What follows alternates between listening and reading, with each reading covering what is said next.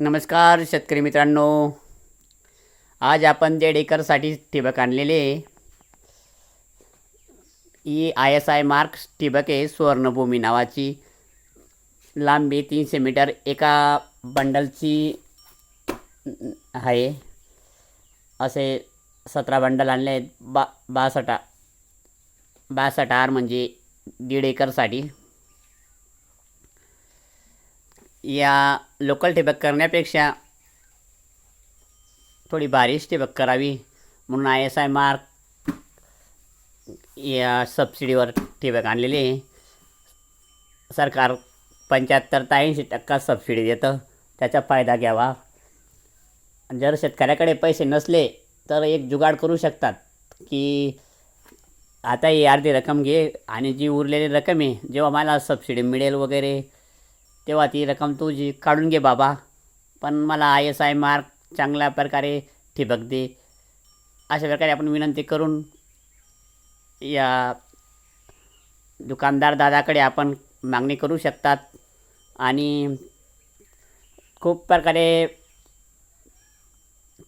भारी कंपन्यांच्या ठिबक या दुकानावर असतात.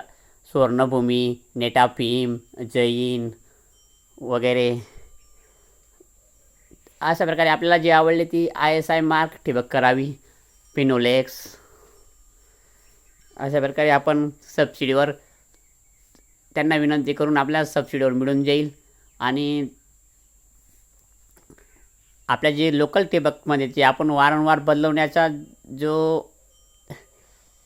आपण हे करतो त्यापेक्षा ISI मार्क करून घ्यावं.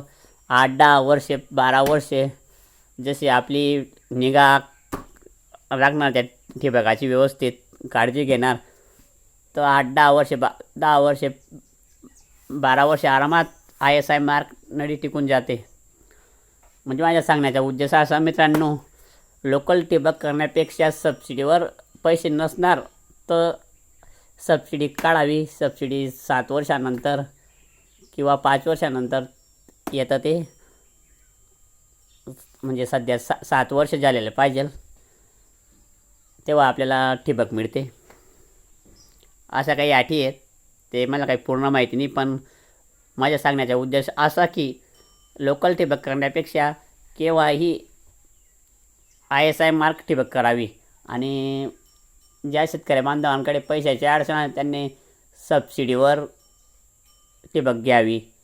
त्यांना तो फायदा गरीब शेतकऱ्यांना होऊ शकतो. म्हणजे माझा उद्देश असाच की वारंवार एलपाडा करण्यापेक्षा एक वेळा आपण सबसिडीवर युक्तीने काम करून सबसिडीचा लाभ घ्यावा आणि ISI मार्क ठिबक करून घ्यावे. मीही असा जुगाड केलेला आहे. आणि हे ठिबक वगैरे सुप्रीमचे पाईप वगैरे ते सर्व जाइंडर टेकअप बिकअप सर्व सबसिडीवर मिळालं आहे. जेव्हा दुकानदार दादांना सबसिडी येईल तेव्हा ती निम्मी रक्कम तेव्हा त्यांना देऊन देईल. काही दुकानदार दादांना भेटलो मी.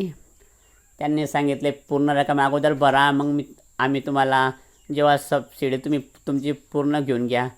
पण असे काही चांगले दुकानदार दादा असतात की ते शेतकऱ्याची जाणीव असू दे त्यांना जाणीव असते की ते समजून घेतात की इमानदार आहे वगैरे वगैरे.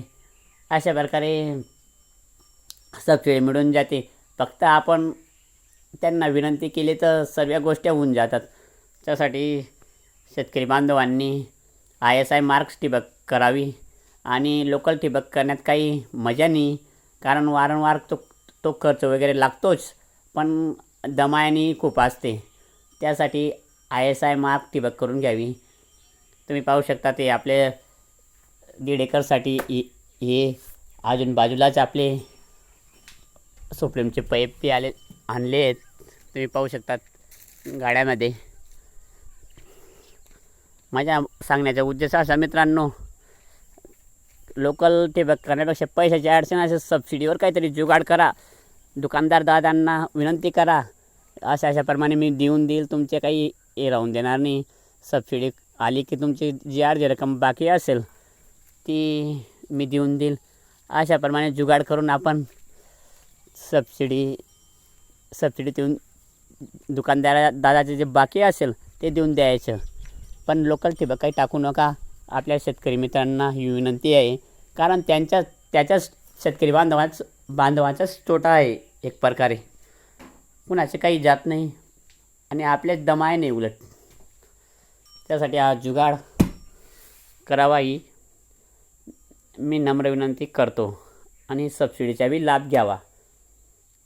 अशा प्रकारे आम्ही हा जुगाड केलेला आहे. चला मित्रांनो, धन्यवाद. माझ्या बोलण्यात थोडा खानदेशीपणा वगैरे आहे, पण प्रत्यक्ष माझी भावना वगैरे सांगण्याचा चांगली आहे. शेतकरी परिवाराचा असल्यामुळे माझ्या बोलण्यात एक सहानुभूती, स्नेह, प्रेम वगैरे आहे.